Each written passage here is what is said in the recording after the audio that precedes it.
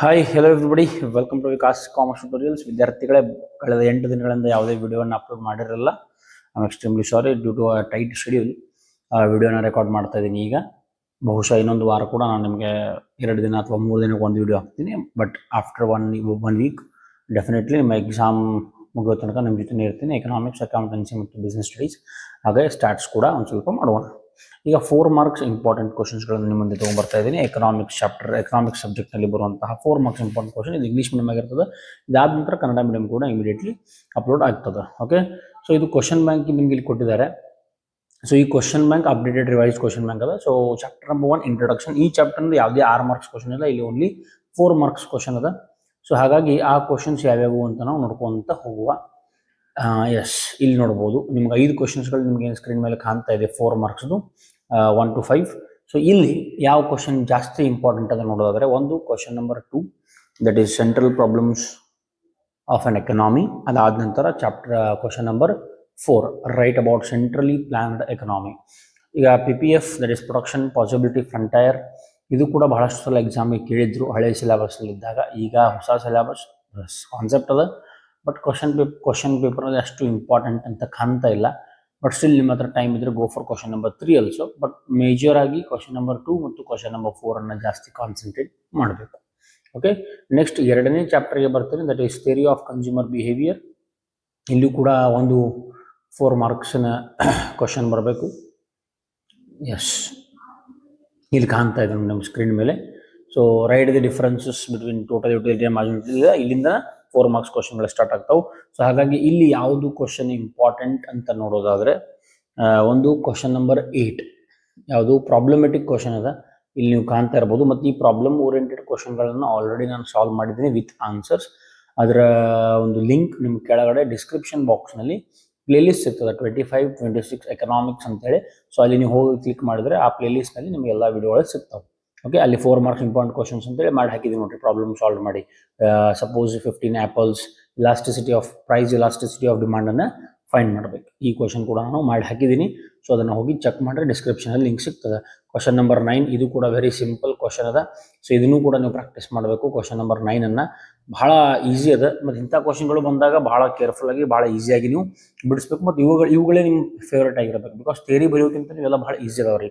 D1, D2 market ಡಿಮಾಂಡನ್ನು ಕೇಳ್ತಾ ಇದ್ದಾರೆ. 24 + 9 33, ಈ ರೀತಿ ಬರೀಬೇಕು. 8 + 20 28, 7 + 18 25, 16 + 6 22, ಈ ರೀತಿ ನೀವು ಬರ್ಕೊಂತ ಹೋಗ್ಬೇಕು ಮಾರ್ಕೆಟ್ ಡಿಮಾಂಡನ್ನು. ಎರಡು D1 ಮತ್ತು D2 ಅನ್ನು ಪ್ಲಸ್ ಮಾಡಿದರೆ ನಿಮ್ಗೆ ಮಾರ್ಕೆಟ್ ಡಿಮಾಂಡ್ ಸಿಗ್ತದೆ.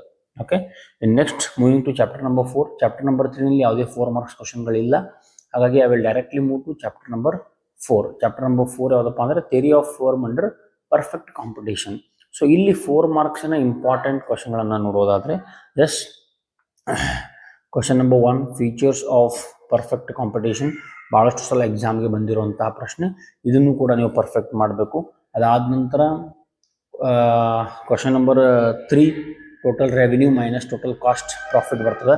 ಪ್ರಾಫಿಟನ್ನು ಕೇಳ್ತಿದ್ದಾರೆ, ಮಾರ್ಕೆಟ್ ಪ್ರೈಸನ್ನು ಕೇಳ್ತಿದ್ದಾರೆ. ವೆರಿ ಈಸಿ ಇದೆ ರೀ, ಬಹಳ ಸಿಂಪಲ್ ಆಗಿ ಇದನ್ನು ನಾವು ಸಾಲ್ವ್ ಮಾಡ್ಬೋದು. ಇದನ್ನು ಕೂಡ ನಾನು ಮಾಡಿ ಹಾಕಿದ್ದೀನಿ, ಆ ಲಿಂಕ್ ನಿಮಗೆ ಸಿಗ್ತದೆ ಅಲ್ಲಿ ಕೆಳಗಡೆ ಡಿಸ್ಕ್ರಿಪ್ಷನಲ್ಲಿ. ಈಗ ರೆವಿನ್ಯೂ ಅಂದರೆ ಈ ಒಂದೇನು ಕಾಲಮ್ ನಂಬರ್ 2 ಅಂತ ಮಾಡ್ತೀನಿ ನಾನು. So this is column number 1, column number 2, column number 3 and 4 and 5. ಕರೆಕ್ಟಾ? ಈಗ ನಮಗೆ ಪ್ರಾಫಿಟ್ ಬೇಕು. ಕಾಲಮ್ ನಂಬರ್ 4 ಪ್ರಾಫಿಟ್ ಅದ. ಆ ಪ್ರಾಫಿಟ್ ಬೇಕು ಅಂದರೆ ರೆವೆನ್ಯೂ ಮೈನಸ್ ಕಾಸ್ಟ್ ಅಂದರೆ 0 - 5 ಅಂದರೆ -5, 5 - 7 -2, 10 - 10 0, 15 - 12 3. ಸೊ ಈ ರೀತಿ ನೀವು TR - TC ಮಾಡಿದರೆ, total revenue minus total cost ಮಾಡಿದರೆ ನಿಮಗೆ ಪ್ರಾಫಿಟ್ ಸಿಗ್ತದೆ. ಆಮೇಲೆ ಮಾರ್ಕೆಟ್ ಪ್ರೈಸ್ ಬೇಕಂತಂದರೆ total revenue divided by quantity sold, ಈ ರೀತಿ ನೀವು ಮಾಡ್ಕೊಳ್ಬೇಕು. ಓಕೆ, ಇಲ್ಲಿ ಬರೀತೀವಿ ನೋಡ್ರಿ, profit equals to total revenue minus total cost. ಆಮೇಲೆ ನಿಮಗೆ ಮಾರ್ಕೆಟ್ ಪ್ರೈಸ್ ಬೇಕಾಗಿತ್ತು ಅಂದರೆ total revenue divided by quantity. Total revenue ಅಂದರೆ ಕಾಲಮ್ ನಂಬರ್ 2, ಆಮೇಲೆ ಕ್ವಾಂಟಿಟಿ ಅಂದರೆ ಕಾಲಮ್ ನಂಬರ್ 1. ಇಲ್ಲಿ ಪ್ರಾಫಿಟ್ ಬೇಕು ಅಂದರೆ ರೆವೆನ್ಯೂ ಮೈನಸ್ ಕಾಸ್ಟ್, ಈ ರೀತಿ ಮಾಡ್ಕೊಂಡ್ರೆ ನಮಗೆ ಈಸಿಯಾಗಿ ಇದು ಸಿಗ್ತದೆ. So question number 1, features of perfect competition, and question number 3 ಇದನ್ನು ನೀವು ಪರ್ಫೆಕ್ಟ್ ಮಾಡಬೇಕು. ಅದಾದ ನಂತರ ಕ್ವಶನ್ ನಂಬರ್ 4 ಇದು ಕೂಡ ಪರ್ಫೆಕ್ಟ್ ಮಾಡಬೇಕು. Shut down point, normal profit ಮತ್ತು ಬ್ರೇಕ್ ಇವನ್ ಪಾಯಿಂಟ್ ಅಂತ ಕರಿತೀವಿ. ಈಸಿ ಅದ ಎರಡು 3. Shut down point, normal profit ಮತ್ತು break even point are very easy. ಇದನ್ನು ಕೂಡ ನೀವು ಪರ್ಫೆಕ್ಟ್ ಮಾಡ್ಕೊಳ್ಬೇಕು. ಓಕೆ, ಕ್ವಶನ್ ನಂಬರ್ 1, 3 ಆಮೇಲೆ 4 ಆಮೇಲೆ ಮತ್ತೊಂದು ಕ್ವಶನ್ ಅದರಲ್ಲಿ question number 6 price elasticity of ಸಪ್ಲೈಯನ್ನು ನಾವಿಲ್ಲಿ ಮಾಡಬೇಕಾಗ್ತದೆ. ಈ price elasticity of supply question ಕೂಡ ನಾನು ಮಾಡಿದ್ದೀನಿ. ಇದೇ 2ನೇ ಚಾಪ್ಟರ್ನಲ್ಲಿ ಪ್ರೈಸ್ ಇಲಾಸ್ಟಿಸಿಟಿ ಆಫ್ ಡಿಮಾಂಡ್ ಕೇಳಿದ್ರು, ಇಲ್ಲಿ ಪ್ರೈಸ್ ಇಲಾಸ್ಟಿಸಿಟಿ ಆಫ್ ಸಪ್ಲೈ ಇದೆ. ಎರಡು ಆಲ್ಮೋಸ್ಟ್ ಸೇಮ್ ಅದೇ ಫಾರ್ಮುಲಾ ಯೂಸ್ ಮಾಡ್ಕೊಂಡು ಸಾಲ್ವ್ ಮಾಡಬೇಕು. ಇದನ್ನು ಕೂಡ ಪರ್ಫೆಕ್ಟ್ ಮಾಡ್ರಿ. ಕ್ವಶನ್ ನಂಬರ್ 3 ಮತ್ತು question number 6 are problem oriented questions. ಅವುಗಳನ್ನು ಈಸಿಯಾಗಿ ನೀವು ಸಾಲ್ವ್ ಮಾಡ್ಬೋದು. Okay, moving to next chapter, that is chapter number 5 market equilibrium. ಇಲ್ಲಿಂದ ಕೂಡ ಒಂದು 4 ಮಾರ್ಕ್ಸ್ ಕ್ಯಾಟಗರಿ ಆಫ್ ಕ್ವಶನ್ಸ್ ಬರಬೇಕು. ಎಸ್, ಇಲ್ಲಿ ನಿಮಗೆ ಕಾಣ್ತಾ ಇದೆ ನೋಡ್ಬೋದು. ಒಂದು ಕ್ವಶನ್ ನಂಬರ್ 1 ಪ್ರೈಸ್ ಸೀಲಿಂಗ್ ಎಲ್ಲಿದೆ? Price ceiling, just a minute. Okay, yes, chapter number 5 market equilibrium. ಇಲ್ಲಿ ನೀವು ಹೋದರೆ question number 3 simultaneous shifts in the demand and supply on equilibrium. ಈ ಕ್ವಶನ್ ನೋಡ್ರಿ, ಕ್ವಶನ್ ನಂಬರ್ 3. ಇದನ್ನು ಕೂಡ ನೀವು ಪರ್ಫೆಕ್ಟ್ ಮಾಡಬೇಕು. ಆಮೇಲೆ ಕ್ವಶನ್ ನಂಬರ್ 5 ಸ್ವಲ್ಪ ಸ್ಕ್ರೀನ್ನ ಮೇಲೆ ತಗೋತೀನಿ. ಎಸ್, ಕ್ವಶನ್ ನಂಬರ್ 3 ಆಮೇಲೆ ಕ್ವಶನ್ ನಂಬರ್ 5 ಪ್ರೈಸ್ ಸೀಲಿಂಗ್ ಅಂತ ಏನು ಕೊಟ್ಟಿದಾರಲ್ಲ, ಈ ಕ್ವಶನ್ ಅನ್ನು ಬಹಳ ನೀವು ಪರ್ಫೆಕ್ಟ್ ಮಾಡಬೇಕು. ಪ್ರೈಸ್ ಸೀಲಿಂಗ್ ಮತ್ತು simultaneous shifts in the demand and supply on equilibrium, ಈ ಎರಡು ಕ್ವಶನ್ಗಳನ್ನು ಪರ್ಫೆಕ್ಟ್ ಮಾಡಿ. ಇವೆರಡು ಥಿಯರಿ ಕ್ವಶನ್ಸ್ ಆಗಿರ್ತಾವ. ಆಮೇಲೆ ಮತ್ತೊಂದು ಕ್ವಶನ್ ಇಲ್ಲಿ ಸಾಲ್ವ್ ಮಾಡುವಂಥ ಕ್ವಶನ್ ಯಾವುದಪ್ಪ ಅಂದರೆ question number 2 consider the market for cotton ಅಂತಿದ್ದಲ್ಲ, ಈ ಕ್ವಶನ್ ಅನ್ನು ಕೂಡ ನಾನು ಮಾಡಿ ತೋರಿಸಿದ್ದೀನಿ. Calculate the equilibrium number of firms, ಇದನ್ನು ಕೂಡ ನಾನು ಮಾಡಿದ್ದೀನಿ. ಇದನ್ನು ಕೂಡ ನೀವು ಆ ಒಂದು ವಿಡಿಯೋನಲ್ಲಿ ನಿಮಗೆ ಸಿಗ್ತದೆ. ವೆರಿ ಈಸಿ ಮತ್ತು ಇಂಪಾರ್ಟೆಂಟ್ ಆಗಿರ್ತದೆ. ಥಿಯರಿಗಿಂತನೂ ಪ್ರಾಬ್ಲಮ್ಗಳ ಮೇಲೆ ಕಾನ್ಸಂಟ್ರೇಟ್ ಮಾಡಿರಿ. ನಿಮ್ಮ ಇಡೀ ಸಿಲೆಬಸ್ದಾಗ ಏನು ಪ್ರಾಬ್ಲಮ್ಸ್ ಅಲ್ಲ ಅವೆಲ್ಲ ಪ್ರಾಬ್ಲಮ್ಗಳನ್ನು ಪರ್ಫೆಕ್ಟ್ ಮಾಡಿ 100% ಒಂದು 6 ಮಾರ್ಕ್ಸ್ನಲ್ಲಿ ಒಂದು 4 ಮಾರ್ಕ್ಸ್ನಲ್ಲಿ ಬಂದೇ ಬರ್ತದೆ. 10 ಮಾರ್ಕ್ಸ್ ನಿಮಗೆ ಈಸಿಯಾಗಿ ಸಿಗ್ತದೆ. ಇನ್ನು 15 ಮಾರ್ಕ್ಸ್ ಪ್ರಾಕ್ಟಿಕಲ್ ಉಂಟಿರ್ತದೆ. ಸೊ 25 ಮಾರ್ಕ್ಸ್ ಇಲ್ಲೇ ಕವರ್ ಆಗಿಬಿಡ್ತದೆ. Okay, so question number 2, question number 3 ಮತ್ತು ಕ್ವಶನ್ ನಂಬರ್ 5 ಇಷ್ಟು ಕ್ವಶನ್ಗಳನ್ನು ಪರ್ಫೆಕ್ಟ್ ಮಾಡಿರಿ. ಇನ್ನು 2ನೇ ಭಾಗಕ್ಕೆ ಹೋಗ್ತೀನಿ, macro economics introduction first chapter.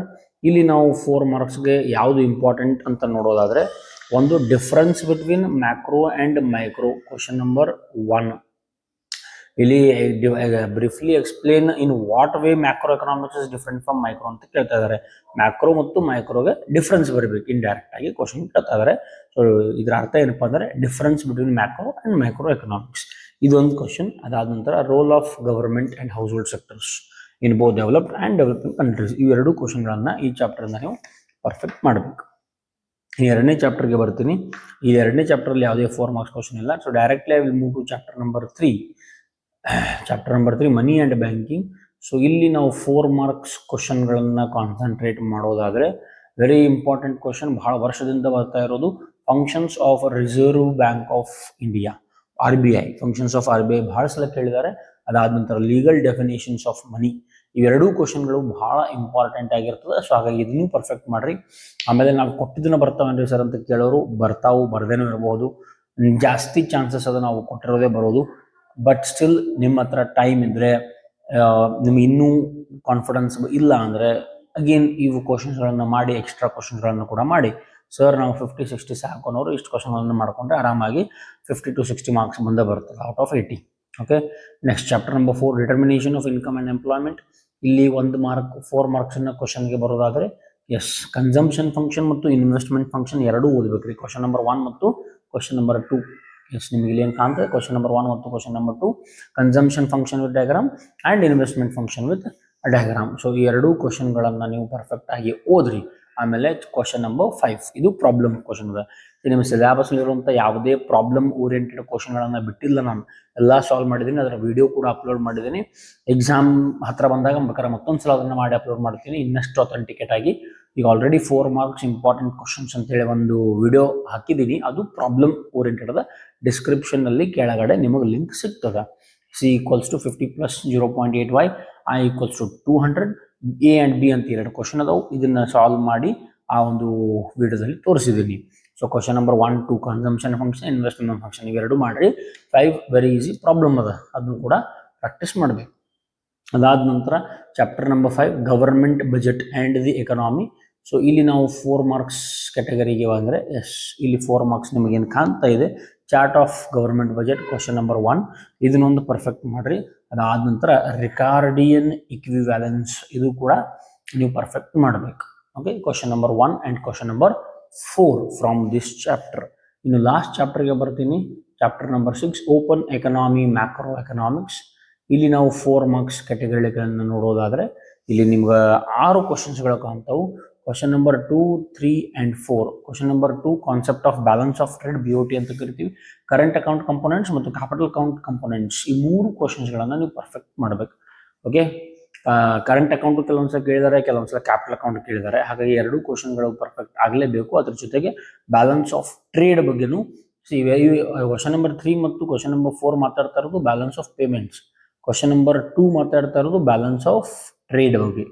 So ಹಾಗಾಗಿ ಈ 3 ಕ್ವಶನ್ಸ್ಗಳನ್ನು ನೀವು ಪರ್ಫೆಕ್ಟ್ ಮಾಡ್ಕೋಬೇಕು. ಇಷ್ಟೆಲ್ಲವೂ ಕ್ವಶನ್ 4 ಮಾರ್ಕ್ಸ್ನಲ್ಲಿ ಕವರ್ ಆಗ್ತಾ ಇದೆ. ಓಕೆ, ಸೊ ಹಾಗಾಗಿ 4 marks important questions English medium. ಈ ನೆಕ್ಸ್ಟ್ ವಿಡಿಯೋ ಕನ್ನಡ ಮೀಡಿಯಂ ಕೂಡ ತೊಗೊಂಡ್ಬರ್ತೀನಿ. ಅದಾದ ನಂತರ 2 ಮಾರ್ಕ್ಸ್ಗಳನ್ನು ಕೂಡ ಮಾಡುವ ಪ್ರಾಕ್ಟಿಕಲ್ ಓರಿಯೆಂಟೆಡ್ ಕ್ವಶನ್ ಇನ್ನು ಬಹಳಷ್ಟು ಸಾಲ್ವ್ ಮಾಡೋದ. ಡೋಂಟ್ ವರಿ, ಅನದರ್ 20 ಡೇಸ್ ಇದೆ ನಿಮಗೆ. 28th ಕನ್ನಡ ಪೇಪರ್ ಅದ. ಅದಾದ ನಂತರ ಮೋಸ್ಟ್ ಪ್ರೊಬೆಬ್ಲಿ 1ನೇ ತಾರೀಕು 2ನೇ ತಾರೀಕು ಯಾವ ಪೇಪರ್ ಇಲ್ಲ ಅನ್ಕೋತೀನಿ. ಸೊ ಹಾಗಾಗಿ ಅಲ್ಲಿ ನಮ್ಗೆ ಆಫ್ಟರ್ ಕನ್ನಡ ಪೇಪರ್ ನಮ್ಗೆ ಇನ್ನೂ ಟೈಮ್ ಸಿಗ್ತದೆ. ಇನ್ ಬಿಟ್ವೀನ್ ನಾನು ಎವ್ರಿ ಡೇ 2 ವಿಡಿಯೋಗಳನ್ನು ಅಪ್ಲೋಡ್ ಮಾಡ್ತಾ ಇರ್ತೀನಿ. ನಾವು ರಿವಿಷನ್ ಮಾಡ್ಕೊತ ಹೋಗುವ. Okay, so that's it in today's class. In next class, we will be studying 4 marks important questions, Kannada medium, and after that 2 marks important questions and also some accountancy problems. Thank you everybody for watching Vikas Commerce Tutorials. Thank you.